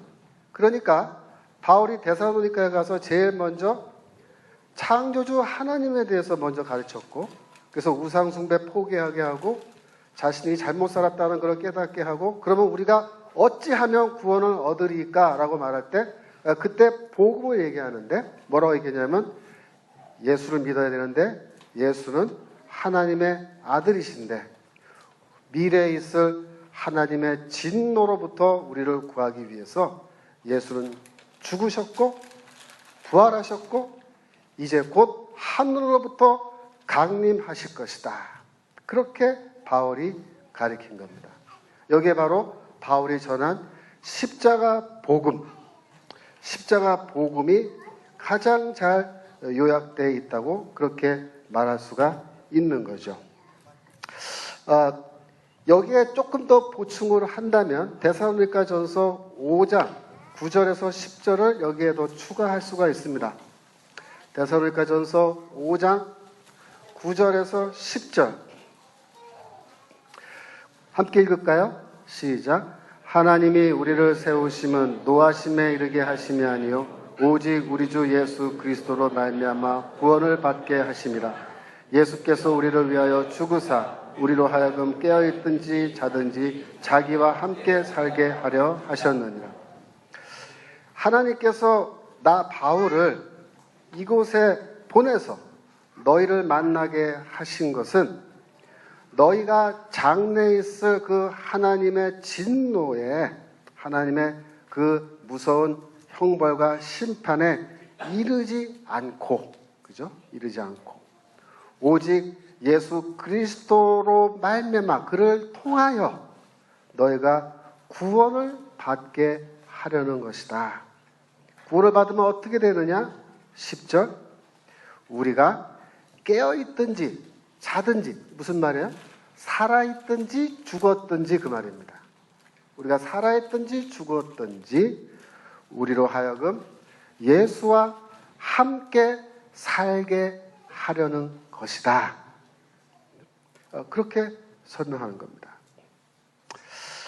이 대목에서 우리가 무엇을 중요하게 생각하게 되냐면, 여러분들이 바울이 소위 십자가 복음을 말할 때 이 복음의 핵심에 이 죄의 용서, 이게 들어있는데, 어떻게 해서 우리가 죄를 용서받았는지 그 이유를 여러분들이 명확하게 잘 이해를 하셔야 돼요. 제 노트로는, 우리 파워포인트 하시는 분, 제 노트로는 14페이지로 일단 오늘 넘어갑니다. 14페이지, 바울의 속죄론. 이 바울이 예수 그리스도의 죽음 때문에 우리가 구원을 받았다, 이렇게 말할 때 그 내용을 여러분들이 구체적으로 이렇게 하나하나 차근차근하게 이해를 하셔야 되는데, 첫 번째로 이해를 하셔야 될 것은, 하나님의 진노는 뭐냐면 하나님께서 인간의 죄에 대해서 내리시는 형벌이라는 거예요. 형벌. 자, 보세요. 하나님은 재판장이시다, 이렇게. 재판장이시다. 어떤 재판정의 재판장이실까요? 하나님은 재판장이신데 어떤 재판정? 최후의 심판 때. 최후의 심판은 언제 있어요? 그리스도께서 재림하셨을 때 모든 사람들이 다시 다 살아나 한 사람 한 사람 하나님의 심판대 앞에 서서 그때 심판을 받게 된다. 그래서 하나님이 재판관이죠. 재판관. 자, 제가 이제 예를 들어서 제가 재판장이에요. 재판장. 네, 어떤 재판장이냐면 이렇게 재판하는 거예요. 여기에 이제 사람을 죽였어요. 살인범이에요. 살인범. 왔어요. 제가 재판하는데, 당신 사람 죽였어요? 네. 무죄. 무죄. 집에 가세요. 이렇게 하는 거예요. 그럼 나는 불의한 재판관이에요? 의로운 재판관이에요? 불의한 재판장이죠. 그죠? 불의한. 반대로, 여기 아무 죄 없어. 아무 죄도 안 졌어. 진짜 무죄해요. 근데 끌려갔어. 당신 죄 없어. 죄 있어 없어? 없습니다. 맞아. 죄 없어. 그러면 사형. 이렇게 가서 당장 집행해. 이렇게 하면은 나는 뭐야? 불의한 재판장이죠. 불의한 재판장. 무슨 또 거꾸로, 자, 이번에 거꾸로가 아니고 아까 이 사람은 살인범이에요. 살인범인데 이제 와서 살인했어? 네. 그러니까 무죄. 유죄. 살인범 유죄. 그런데 형벌은 없어. 집에 가. 이러면 어떻게 돼요? 사람 죽였어? 그러면 당신 유죄. 죄 있어? 유죄. 땅땅땅 하고 형벌은 없어. 집에 그냥 가. 이렇게 해도 나는 불의한 재판장이죠. 자, 그러면 의로운 재판장은 어떤 재판장이에요? 의로운 재판장은 죄 없는 사람은 없다고 하고 죄가 있는 사람은 죄가 있다라고 말하고 반드시 뭘 줘야 돼? 벌을 줘야 돼. 형벌. 그죠? 이 형벌이 바로 뭐냐면 진노입니다. 하나님의 진노. 하나님은 거룩하신 분. 거룩하신 분. 그래서 하나님은 이 인간의 죄에 대해서 분노하세요. 하나님 거룩하시기 때문에. 그래서 하나님이세요. 여러분 잘 생각해봐요. 내가 만약에 하나님인데 내가 인간들이 죄 짓는 걸 봐요. 이렇게 막 온갖 죄 다 지어요. 막 죄를 막 짓는데 내가 하나님인데 잘들 하고 있구만 이러면서 벌을 안 줘. 그럼 되겠어요? 그러면 안 된다. 하나님은 언제 하나님이 되세요? 하나님은 인간이 죄를 지을 때 그 죄를 심판하시는데 유죄라고 판결하시고 그 죄에 대한 합당한 형벌을 주실 때 하나님은 비로소 뭐예요? 의로운 재판장이 되신다. 맞아요? 틀려요? 맞아요. 여러분 구약 성경에 보시면 어떤 구절이 있냐면 신명기 25장 1절에 이런 말이 있습니다. 들어보세요. 신명기 25장 1절 사람들 사이에 시비가 생겨 재판을 청하면 재판장은 그들을 재판하여 의인은 이롭다 하고 악인은 정죄할 것이며. 그렇죠? 인간 재판장도 하물며 이렇게 해요. 의인은 이롭다 하고 악인은 정죄해서 벌 주는 거예요. 그죠? 여러분 다윗이 시편 51편을 썼는데요. 그 시편은 다윗이 범죄한 이후에 회개하면서 쓴 시편입니다. 시편 51편 4절에 보시면 다윗이 이렇게 말합니다. 내가 주께만 범죄하여 주의 목전에 악을 행하여 싸우니 주께서 말씀하실 때에 의로우시다 하고 주께서 심판하실 때에 순전하시다 하리이다 이렇게 말했어요. 주께서 말씀하실 때가 뭐냐면 하나님이 재판장으로서 판결 내리는 거예요. 다윗이 끌려왔어. 다윗, 너 죄 졌네? 네. 아, 너 유죄. 너 벌은 이거야. 너 벌 받아야 돼. 가서 벌 받아. 그때 다윗이 뭐라 하냐면 하나님은 의로우십니다. 이렇게. 하나님은 의로우십니다.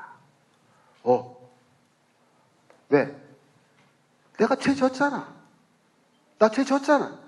내 죄 졌는데 그 죄에 대해서 하나님이 죄 있다고 정죄하고 벌 주잖아. 그럼 무슨 뜻이야? 하나님 의로우신 재판장이라는 거예요. 그렇죠? 그래서 다윗이 하나님 찬양. 하나님은 의로우십니다. 주께서 말씀하실 때 내가 하나님은 주께서 심판하실 때 순전하시다 하리이다. 똑같은 말이에요. 주님은 정말 깨끗하신 분입니다. 깨끗하신 재판장이십니다. 저 당연히 벌 받아야 됩니다. 그 얘기죠. 내가 당연히 받아야 됩니다. 자, 이 얘기가 왜 중요하냐면 하나님의 진노라는 말이 그 진노가 인간에 대한 형벌인데 그 하나님의 진노는 당연한 거예요. 당연한 거. 하나님이시기 때문에 인간의 죄에 대해서 진노하시고 우리의 죄에 대해서 정죄하시고 형벌을 주시는 거예요. 그게 하나님의 진노인데 하나님의 진노는 뭐냐면 죽음이에요. 죽음. 그런데 그게 당연한 거라는 거예요. 당연한 거예요. 예수 안 믿는 친구들한테 우리가 이 하나님의 진노에 대해서 얘기하면요. 오해를 많이 해요. 어떤 오해를 하냐면 예를 들어서 이런 오해를 해요. 야, 너희 하나님은 왜 이렇게 맨날 화가 나 있냐? 왜 이렇게 화를 내? 나는 그런 신 싫은데 그런 하나님. 난 좀 이렇게 화 안 내고 나 우리 아버지 화낸 것 때문에 지긋지긋하거든.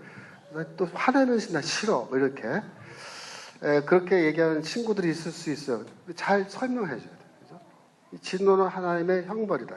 그런데 우리가 인간이 죄를 지었기 때문에 하나님으로부터 형벌을 받아야 돼 원래. 근데 내가 이제 인간인데 끌려왔어. 최고의 심판 자리에 끌려왔는데 하나님 뭐라고 하시냐면 내 판결은 뭐냐면 너는 의롭다. 무슨 뜻이야? 무죄. 집에 가. 자, 아까 내가 뭐라 그랬어요? 하나님이 의로운 재판장, 심판자이시면 죄인한테 당연히 유죄하고 벌 줘야 된다 그랬죠. 근데 바울이 로마서에서 뭐라 하냐면 우리가 하나님의 법정에 끌려왔는데 하나님 뭐라 하냐면 우리한테 우리 분명히 죄인인데 너희는 의롭다. 선언하시고 풀어줘. 이렇게 했다는 거예요. 그러면 하나님이 불의하신 거냐? 그렇게 질문할 수 있죠. 불의하시지 않다는 거야. 왜 그러냐 하면 하나님께서 우리가 당연히 받아야 할 이 죄에 대한 형벌을 우리한테 내리지 않고 누구한테 내느냐면 예수 그리스도에게 내렸다. 십자가 위에 예수께서 달려있을 때 그가 고난받은 것은 뭐냐?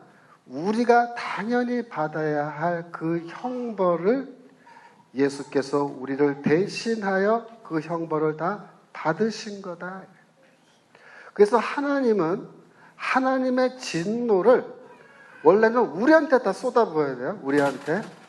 그런데 우리한테 쏟아붓지 않고 하나님의 아들 예수 그리스도에게 다 쏟아부었다.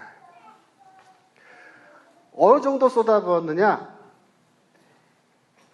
우리를 향해서 부어야 할 하나님의 진노가 100이라면 예수한테 한 50 쏟아붓고 우리를 위해서 50을 또 남겨놓은 게 아니고 100이라면 그 100을 몽땅 다 예수에게 다 쏟아부어서 우리에게는 쏟아부을 진노가 더 이상 남아있지 않을 정도로 자신의 모든 진노를 예수에게 다 쏟아부었다. 그리고 우리를 의롭다고 했다. 그래서 이게 중요한 거야. 하나님은 우리의 죄에 대한 형벌을 생략한 게 아니고 생략하지 않았고 우리가 마땅히 받아야 할 형벌을 예수에게 다 내렸다. 그래서 내가 너희들에게 내릴 진노가 없다. 가라. 이게 뭐냐? 바로 우리에게 주신 예수 그리스도를 통해서 주신 은혜의 복음이라. 이해되세요? 그래서 바울이 데살로니가 1장 10절에서 그렇게 얘기하는 겁니다. 예수는 하나님의 아들이신데 장래에 있을 하나님의 진노로부터 우리를 구원하기 위하여 그가 죽으셨다. 즉 그가 십자가에서 죽으심으로 하나님은 그에게 자신의 진노를 다 쏟아부어 우리에게는 더 이상 부을 진노가 남아있지 않게 되었고 그래서 우리한테는 너희는 의롭다. 근데 정말 우리가 의로워요? 정말 의로워요? 내가 의로워서 내가 의롭게 된 거야? 아니죠. 우리는 의롭지 않아요. 우리 다 죄인이에요. 하지만 하나님께서 선언해 주신 거예요. 누구 때문에? 예수 그리스도가 우리를 위해서 십자가에서 대신 하나님의 모든 진노를 자기의 몸으로 다 받으셨기 때문에 그래서 우리에게는 하나님께서 의롭다라고 하는 선언을 해주신 거예요. 선언이에요. 선언. 정말 우리가 의롭게 돼서 의인이 된 게 아니고 선언해 주신 거라. 바울이 데살로니가에 가서 그 하나님을 모르는 이방인들에게 전한 복음이 바로 이 복음. 그래서 그들이 이 복음을 믿으면 어떻게 되느냐? 이 복음 믿으면 어떻게 되느냐? 그들이 이제 미래에 죽는다 할지라도 최후의 심판 때에 그리스도가 재림하셔서 이제 심판의 자리가 시작될 때에 예수를 믿은 사람들은 성도들은 다시 부활하였을 때 그들의 하나님의 심판대 앞에 서게 됐을 때 바로 그 판결을 받게 된다는 거예요. 무슨 판결? 너희는 의롭다라고 하는 판결입니다. 이거는 그야말로 예수 그리스도 덕분에 그분의 희생 때문에 우리에게 은혜로 선물로 값없이 주어지는 구원인 거예요. 우리가 어떤 행위를 통해서 우리가 노력을 해서 그 노력의 대가로 우리가 선한 삶을 살기 위해서 막 죽어라고 노력해서 그 대가로 주어지는 그런 구원이 아니고 우리가 그런 노력을 다 하지 못했다 할지라도 그리스도를 통해서 우리에게 주시는 은혜로 주시는 구원이라는 거예요. 그래서 그 구원을 경험한 사람들은 다시 부활할 때 어떤 존재로 부활하게 되냐 하면, 이제 우리가 사전 공부할 때 더 자세하게 말하겠습니다만은, 부활하게 될 때 어떤 모습으로 부활하냐 하면, 이런 썩을 육체를 입은 존재로 부활하는 게 아니라 새로운 몸을 입은 존재로 부활하게 되는데, 그 몸은 썩지 않는 몸, 그 몸은 죽지 않는 몸, 그 몸은 영광의 몸이에요. 빛나는 몸이에요. 그 몸은 영원히 사는 몸. 그래서 우리가 영원히 살 수 있는 그런 몸을 가진 존재로 부활하게 될 때 우리에게 약속된 영생, 그죠? 영원한 생명이 우리에게 실현되는데, 그러한 영원한 생명을 입은 존재로 부활해서 이제 하나님 나라에 들어가게 될 때에 그 모든, 우리의 모든 이 구원이 처음부터 끝까지 다 하나님의 은혜로 예수 그리스도의 십자가 희생 때문에 그렇게 되었다는 거예요. 오늘 시간이 다 돼서 일단 여기까지만 하고, 내일, 모레 이틀 동안에 제가 좀 더 자세하게 이 대체 구원이 뭔지, 왜 우리가 구원을 받을 수 있게 되는지, 정말 행위를 통해서 구원을 받는 게 맞는 건지, 아니면 정말 믿음을 통해서 은혜로 구원받는 게 맞는 건지, 내가 더 구체적으로 여러분들에게 설명하도록 하겠습니다. 자, 기도할 수 있나요? 자, 기도하고 마치도록 하겠습니다. 기도합시다. 하나님 아버지, 하나님의 충성된 종 사도 바울이 데살로니가라고 하는 생경한 도시에 들어가서 그곳에서 교회를 세우고 복음을 전하면서 전했던 그 복음, 특별히 살아계신 하나님, 창조주 하나님에 관한 복음, 또 특별히 그의 아들 예수 그리스도에 대한 복음, 이 복음을 우리가 오늘 살펴보았습니다. 이 세대에 참으로 많은 사람들이 옳지 않은 방향으로 나아가고 죽음과 파멸의 길로 나아갈 때 저희를 먼저 영생의 길로 인도해 주시면 감사합니다. 그러나 간절히 기도하기는 저희가 이 복음을 믿지 않는 우리의 친구들에게도 잘 전하여 저들도 우리와 함께 구원받아 하나님의 백성으로 이 땅에서 살며 또 죽어서는 우리와 함께 영생의 기쁨을 누리는 저희 친구들이 되기를 간절히 소원합니다. 이 시간에 공부하는 이 성경 공부를 통하여서 저희가 복음을 분명하게 깨달을 수 있도록 도와주시고, 그래서 저희가 깨달은 이 복음을 또 친구들에게, 믿지 않는 자들에게 효과적으로 잘 증거할 수 있는 길로 저희 모두를 인도하여 주옵소서. 오늘부터 시작하여 내일 모레 저녁에 이르기까지 저희가 결심하고 이 자리에 나와서 하나님의 말씀을 배울 수 있게 하시고, 하나님의 충성된 종 사도 바울이 어떻게 교회를 설립하고 어떻게 사람들을 가르쳤는지를 잘 배우는 귀한 시간 될 수 있도록 인도하여 주옵소서. 감사드리며 예수 그리스도 이름으로 간절히 기도하옵니다. 아멘.